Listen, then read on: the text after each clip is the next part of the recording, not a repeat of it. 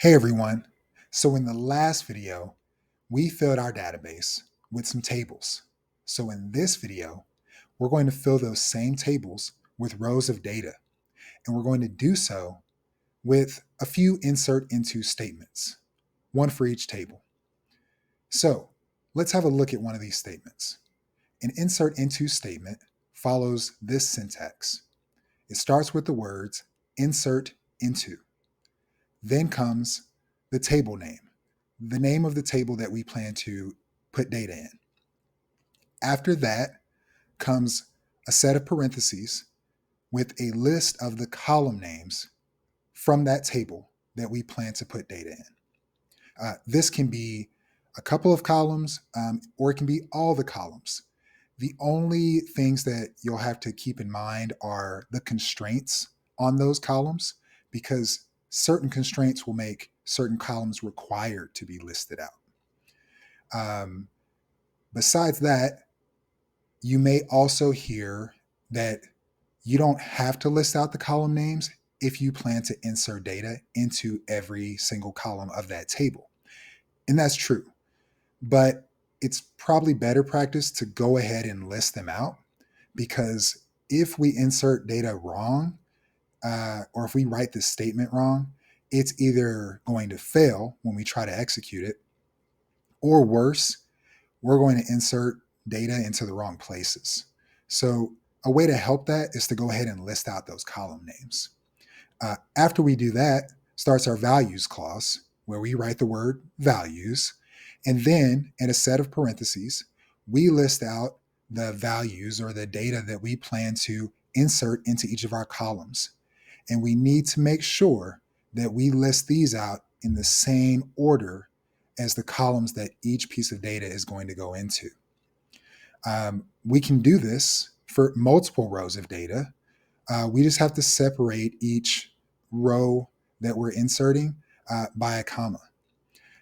Once we do that, however many times we need to, then we can finish that statement off with a semicolon delimiter, which, as we mentioned in the last video, is not always required, but it just is maybe good practice as you're starting out. So that is an insert into statement. So I think now is a good time to go look at our actual script. If you haven't already, go to the description of this video, click the link, and it should take you to our insert into script. Once you're here, you can click copy and then make your way to SQL Server, connect, hit new query, switch to your correct database, which is Cosmos for us, and then we'll paste that script, make our way to the top, and have a look at this first statement. It begins with the words insert into. Then it has the name of the table, which here is planet. After that comes a set of parentheses listing out the names of the columns that we plan to insert data into. And finally, there's the values clause, which is listing out the rows of data that we plan to insert into this table. When you look at this, there may be some things that you had noticed. And one of those may be that we don't have the planet ID column listed as one of the columns that we're inserting data into. And the reason for that is that we gave it the identity property. And if you recall, the identity property is going to generate an ID for us rather than us having to manually insert it. And I did want you to know that it is possible to still manually insert those IDs even when you have the identity property. You would have to use something called the set identity insert statement. We won't have to do that today, and we won't really go into it, but I did want you to at least know that there is a way to manually insert IDs if you ever have to do that in the future. Besides that, you may have noticed a lot of red text on the screen. If you look closely, you'll see that this red text has these single quotes. That's what we call those in SQL. Single quotes around that text. And so what it's doing is it's telling SQL Server how to handle these values. So in the case of Earth or Sun here, it's telling it this is what's called a string literal. And so this is just text.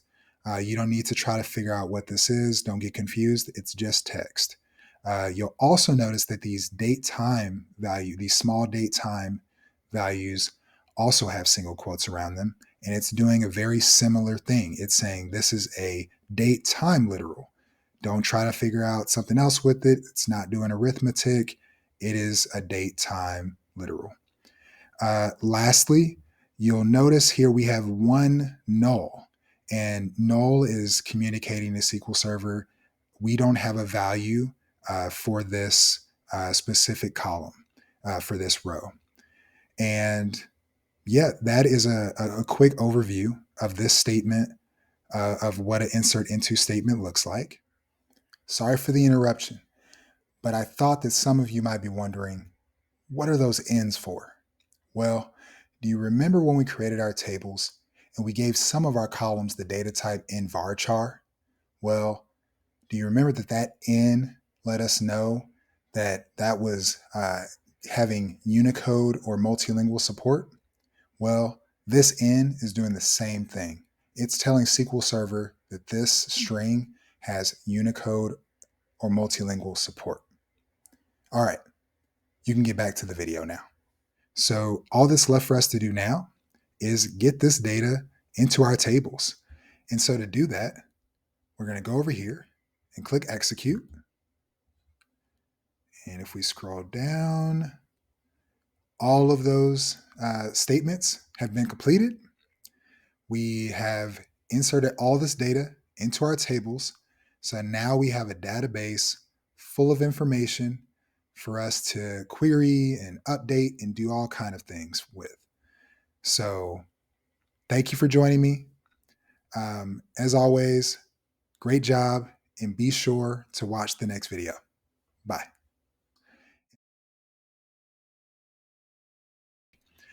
All that's left for us to do now is execute and get all this data into our tables. So without further ado, let's do that. Okay, so we had an error. And holy moly, we still got more errors. Okay.